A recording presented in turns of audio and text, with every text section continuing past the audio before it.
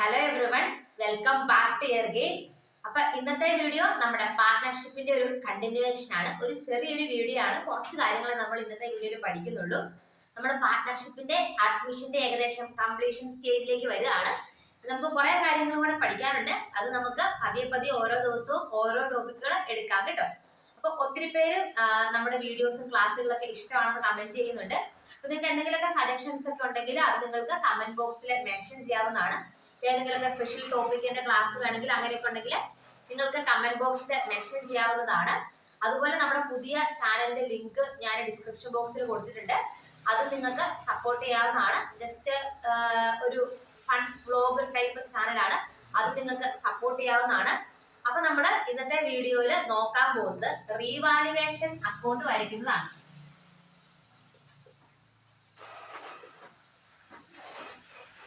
നമ്മുടെ ഫസ്റ്റത്തെ വീഡിയോയിൽ പാർട്ട്ണർഷിപ്പായിട്ട് ബന്ധപ്പെട്ട് ന്യൂ പ്രോഫിറ്റ് ഷെയറിംഗ് റേഷ്യോ അതുപോലെ സാക്രിഫൈസിംഗ് റേഷ്യോ കണ്ടുപിടിക്കുന്ന പഠിച്ചു. അതിനുശേഷം നമ്മൾ ഗുഡ്വില്ലിന്റെ അഡ്ജസ്റ്റ്മെന്റ് എങ്ങനെ ചെയ്യുന്നത് പഠിച്ചു. ഇനി അടുത്ത സ്റ്റെപ്പ് എന്ന് പറയുന്ന റീവാലുവേഷൻ അക്കൗണ്ട് വരയ്ക്കുക. ലാസ്റ്റ് ക്യാപിറ്റൽ അക്കൗണ്ട് കൂടെ വരയ്ക്കുന്ന വരെയാണ് ഈ ഒരു അഡ്മിഷന്റെ പ്രോബ്ലം ഉള്ളത്. അപ്പൊ എങ്ങനെയാണ് റീവാലുവേഷൻ അക്കൗണ്ട് ഡ്രോ ചെയ്യുന്നതാണ് നമ്മളിവിടെ പഠിക്കാൻ പോകുന്നത്.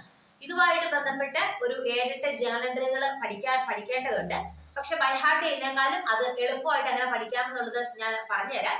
സാധാരണ നമ്മുടെ അക്കൗണ്ട് പോലെ തന്നെ റീവാലുവേഷൻ അക്കൗണ്ടും ഒരു അക്കൗണ്ട് ഫോർമാറ്റ് ആണ്. ഇവിടെ ഡെബിറ്റ് സൈഡും ക്രെഡിറ്റ് സൈഡും ഉണ്ട്.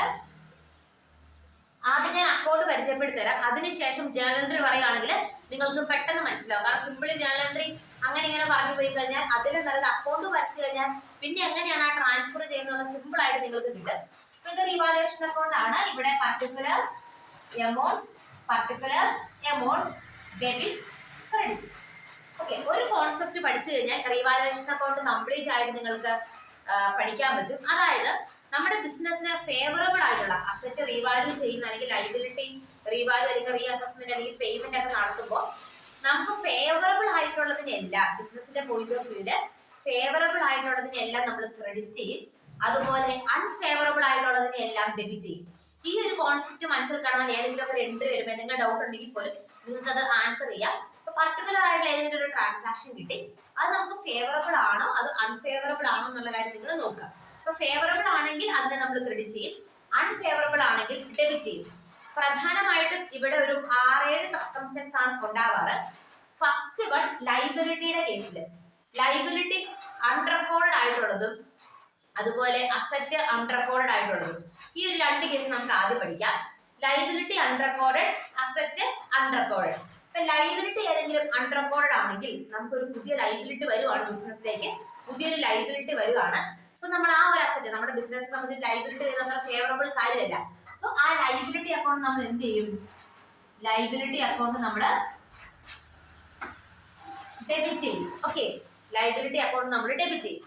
ഇനി ഓപ്പോസിറ്റ് അസറ്റ് വരുവാണെങ്കിലോ, പുതിയ അസറ്റ് വരുന്ന ബിസിനസിനെ സംബന്ധിച്ചുള്ള ഹാപ്പി ആയിട്ടുള്ള കാര്യമാണ്. സോ അസറ്റ് വരുമ്പോൾ നമ്മൾ ആ അസറ്റ് അക്കൗണ്ടിനെ ക്രെഡിറ്റ് ചെയ്യും. ഞാൻ ആദ്യം പറഞ്ഞ ആ ഒരു റൂൾ അനുസരിച്ചാണ് നമ്മൾ പോകുന്നത്. ഫസ്റ്റ് ലൈബിലിറ്റി വന്നു, രണ്ടാമത് അസറ്റ് വന്നു. ലൈബിലിറ്റി വരുന്ന നമുക്ക് ഫേവറബിൾ ആയിട്ടുള്ള കാര്യമല്ല, അതുപോലെ അസറ്റ് വരുന്ന നമുക്ക് ഫേവറബിൾ ആണ്. സോ അതിനെ ക്രെഡിറ്റ് ചെയ്യുന്നു, ലൈബിലിറ്റിനെ ഡെബിറ്റ് ചെയ്യുന്നു. അടുത്ത കേസാണ് increase in asset and decrease in asset. Increase in asset and decrease in asset. Increase in asset വരുമ്പോൾ നമുക്കറിയാം അസറ്റ് കൂടുകയാണ്. സോ നമ്മളെ സംബന്ധിച്ചിടത്തോളം ഫേവറബിൾ ആയിട്ടുള്ള കാര്യമാണ്. ഇൻക്രീസ് ആണ് നമ്മളെ സംബന്ധിച്ച് ഫേവറബിൾ ആയിട്ടുള്ള കാര്യമാണ്. സോ അസറ്റിന്റെ വാല്യൂ നമ്മൾ ഇൻക്രീസ് ചെയ്യുമ്പോൾ അസറ്റ് അക്കൗണ്ട് ക്രെഡിറ്റ് ചെയ്യും. റീവാലുവേഷൻ അക്കൗണ്ടിൽ അസറ്റ് അക്കൗണ്ട് നമ്മൾ ക്രെഡിറ്റ് ചെയ്യും. ഇനി അസറ്റിന്റെ വാല്യൂ കുറയുവാണെങ്കിലോ റീവാലുവേഷൻ അക്കൗണ്ടിൽ അസറ്റ് അക്കൗണ്ട് നമ്മൾ ഡെബിറ്റ് ചെയ്തിട്ടാണ് ആ ഒരു ചേഞ്ച് കാണിക്കുന്നത്. അടുത്തൊരു സർക്കംസ്റ്റൻസ് ആണ് decrease in liability and increase in liability. Liability കുറയുന്നത് നിങ്ങൾക്ക് അറിയാം, നമ്മളെ സംബന്ധിച്ചിടത്തോളം ഫേവറബിൾ ആണ്. സോ ഡിക്രീസ് ഇൻ ലൈബിലിറ്റി നമ്മൾ എന്ത് ചെയ്യും? റീവാലുവേഷൻ അക്കൗണ്ടിൽ ക്രെഡിറ്റ് ചെയ്യും. അതുപോലെ increase in liability unrecorded liability പോലെ തന്നെയാണ് നമ്മൾ റീവാലുവേഷൻ അക്കൗണ്ടിൽ ഡെബിറ്റ് ചെയ്യും. അപ്പം ഇത്രയും കാര്യങ്ങളാണ് റീവാലുവേഷൻ അക്കൗണ്ടിലെ ഡെബിറ്റും അതുപോലെ ക്രെഡിറ്റ് എന്ന് പറയുന്നത്. ഇനി റീവാലുവേഷൻ അക്കൗണ്ടിൽ ക്രെഡിറ്റ് ബാലൻസ് ആണെങ്കിൽ നമ്മളത് പാർട്ട്നേഴ്സ് റീവാലുവേഷൻ ഗെയിൻ എന്ന് പറയും. ആ റീവാലുവേഷൻ ഗെയിൻ നമ്മൾ പാർട്ട്നേഴ്സിന്റെ ക്യാപിറ്റൽ അക്കൗണ്ടിലേക്കാണ് വിടുന്നത്. അവരുടെ പ്രോഫിറ്റ് ഷെയറിംഗ് റേഷ്യോയില് അവരുടെ പ്രോഫിറ്റ് ഷെയറിംഗ് റേഷ്യോയില് പാർട്ട്ണറിന്റെ ക്യാപിറ്റൽ അക്കൗണ്ടിലേക്ക് വിടുന്നു. അത് ക്രെഡിറ്റ് സൈഡാണ് കൂടുതലെങ്കിലാണ് റീവാലുവേഷൻ ഗെയിൻ എന്ന് പറയുന്നത്. ഡെബിറ്റ് സൈഡാണ് കൂടുതലെങ്കിൽ റീവാലുവേഷൻ എന്താണ് ലോസ് ആണ്. അത് നമ്മൾ പാർട്ട്ണറിന്റെ ക്യാപിറ്റൽ അക്കൗണ്ടിലേക്ക് അവരുടെ പ്രോഫിറ്റ് ആൻഡ് ലോസ് ഷെയറിംഗ് റേഷ്യോയിൽ നമ്മൾ ട്രാൻസ്ഫർ ചെയ്ത് കൊടുക്കുകയാണ് ചെയ്യുന്നത്. അപ്പൊ വൺസ് അഗൈൻ നമുക്ക് ഈ അക്കൗണ്ട് നോക്കാം. ഇത്രയും കാര്യങ്ങളാണ് റീവാലുവേഷനുമായിട്ട് ബന്ധപ്പെട്ട പ്രധാനപ്പെട്ട കാര്യങ്ങൾ. ഫസ്റ്റ് വൺ അൺറെക്കോർഡഡ് അസറ്റും അൺറെക്കോർഡഡ് ലൈബിലിറ്റിയും. അൺറെക്കോർഡഡ് ലൈബിലിറ്റി ആണെങ്കിൽ അതിനെ നമ്മൾ ഡെബിറ്റ് ചെയ്യുന്നു, അൺറെക്കോർഡഡ് അസറ്റ് ആണെങ്കിൽ അതിനെ നമ്മൾ ക്രെഡിറ്റ് ചെയ്യുന്നു. അതുപോലെ അസറ്റുകളുടെ ഡിക്രീസ് നമ്മൾ ക്രെഡിറ്റ് ചെയ്യുന്നു, ഇൻക്രീസ് നമ്മൾ ഡെബിറ്റ് ചെയ്യുന്നു. ലൈബിലിറ്റി ഇൻക്രീസ് നടത്തി കഴിഞ്ഞാൽ അതിനെ നമ്മൾ ഡെബിറ്റ് ചെയ്യുന്നു, ഡിക്രീസ് നടത്തി കഴിഞ്ഞാൽ അതിനെ നമ്മൾ ക്രെഡിറ്റ് ചെയ്യുന്നു. ഇങ്ങനെയാണ് റീവാലുവേഷൻ അക്കൗണ്ട് വരയ്ക്കുന്നത്. നിങ്ങൾക്ക് മനസ്സിലായെന്ന് തോന്നുന്നു. ആ ഒരു ടെക്നിക് ഉപയോഗിച്ചാൽ മതി. നമ്മുടെ ഓർഗനൈസേഷൻ ഈ ഒരു ട്രാൻസാക്ഷൻ ഫേവറബിൾ ആണോ അൺഫേവറബിൾ ആണോ എന്നനുസരിച്ച് വേണം നമ്മൾ ചെയ്യാനായിട്ട്. അപ്പൊ ഇത്രയും പഠിച്ചു കഴിഞ്ഞാൽ പിന്നെ നമുക്ക് ജേർണൽ എൻട്രി പഠിക്കാൻ ഈസിയാണ്. റീവാലുവേഷൻ അക്കൗണ്ടിനെ ഡെബിറ്റ് ചെയ്തെല്ലാം കൂടെ റീവാലുവേഷൻ അക്കൗണ്ട് ഡെപ്റ്റ് ടു ലൈബിലിറ്റീസ് അസറ്റ് അങ്ങനെ പോകും. നമ്മൾ കാണിച്ചു തരാം. 1 by 1 നമുക്ക് ഓരോന്നും പഠിക്കാം. 8 ജേർണൽ എൻട്രി ആണ് പഠിക്കാനുള്ളത്. First one increase in liability increase നടത്തുമ്പോൾ നമ്മൾ എന്താ ചെയ്യുന്നത്? റീവാലുവേഷൻ അക്കൗണ്ട് ഡെപ്റ്റ് ടു ഏതാണോ ലൈബിലിറ്റി ആ liability account. Increase in liability account വരച്ചോണ്ട് നിങ്ങൾക്ക് സിമ്പിൾ ആയിട്ട് പഠിക്കാം. സെക്കൻഡ് വൺ ആണ് ഡിക്രീസ് ഇൻ അസറ്റ്. അസറ്റിന്റെ വാല്യൂ ഡിക്രീസ് ചെയ്യുന്നത്. Decrease in asset again revaluation account debtor to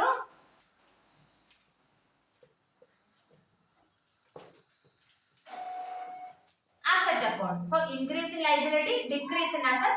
Third one ആണ് unrecorded ആയിട്ടുള്ള liability വരുന്ന കേസ്. Unrecorded liability വരുന്നത് എങ്ങനെയാണ്?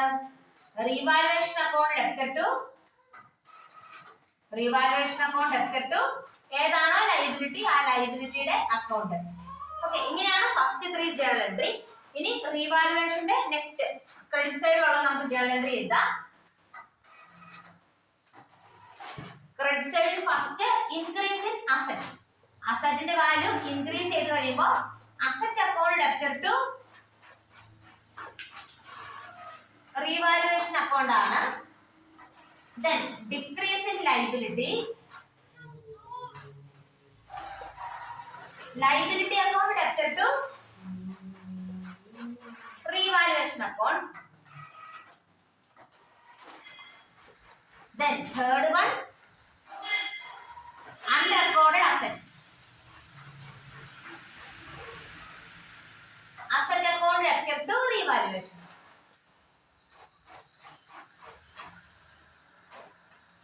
ഓക്കെ, ഇത്രയാണ് ക്രെഡിറ്റ് സൈഡ് വരുന്നത്. ഇനി റീവാലുവേഷൻ ഗെയിനും അതുപോലെ പ്രോഫിറ്റ് ലോസും നമ്മൾ ട്രാൻസ്ഫർ ചെയ്യുന്ന എൻട്രി കൂടെ എഴുതാം.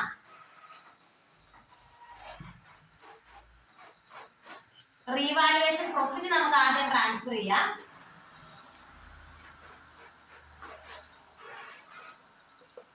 Okay, revaluation account debtor to capital account അല്ലെങ്കിൽ പാർട്ട്നേഴ്സ് ക്യാപിറ്റൽ അക്കൗണ്ട് ആണ്. ഇനി ലോസ് ആണെങ്കിലോ ക്യാപിറ്റൽ അക്കൗണ്ട് ഡെപ്റ്റർ ടു പാർട്ട്നേഴ്സിന്റെ ക്യാപിറ്റൽ അക്കൗണ്ട് ആണ്. അത് debtor to revaluation account. Okay, ഇങ്ങനെയാണ് നമ്മുടെ ജേർണൽ എൻട്രികൾ പോകുന്നത്. അപ്പൊ ഇത്രയും ജേർണൽ എൻട്രികൾ നിങ്ങൾക്ക് മനസ്സിലായെന്ന് വിചാരിക്കുന്നു. ഞാൻ ഇനി ചെറിയൊരു എക്സാമ്പിൾ എങ്ങനെയായിരിക്കും എക്സാമിന് ക്വസ്റ്റ്യൻ വരുന്നത് അതുമായിട്ട് ബന്ധപ്പെട്ട് ചെറിയൊരു എക്സാമ്പിൾ നിങ്ങൾക്ക് കാണിച്ചു തരാം. For example value of asset, value of building decrease ആയി. ഏത് അക്കൗണ്ടിനെ ഡെബിറ്റ് ചെയ്യും, ഏത് അക്കൗണ്ടിനെ ക്രെഡിറ്റ് ചെയ്യും? വാല്യൂ ഓഫ് ബിൽഡിംഗ് 1000 രൂപ ഡിക്രീസ് ആയി. അപ്പൊ എങ്ങനെയായിരിക്കും ജേർണൽ എൻട്രി എന്ന് പറയുന്നത്? അസറ്റിന്റെ വാല്യൂ ഡിക്രീസ് ആണ് ചെയ്തിരിക്കുന്നത്. So revaluation account debtor to building account. Revaluation account debtor to building account. ഇനി നെക്സ്റ്റ് ഒരു journal entry, creditors were overestimated. 200.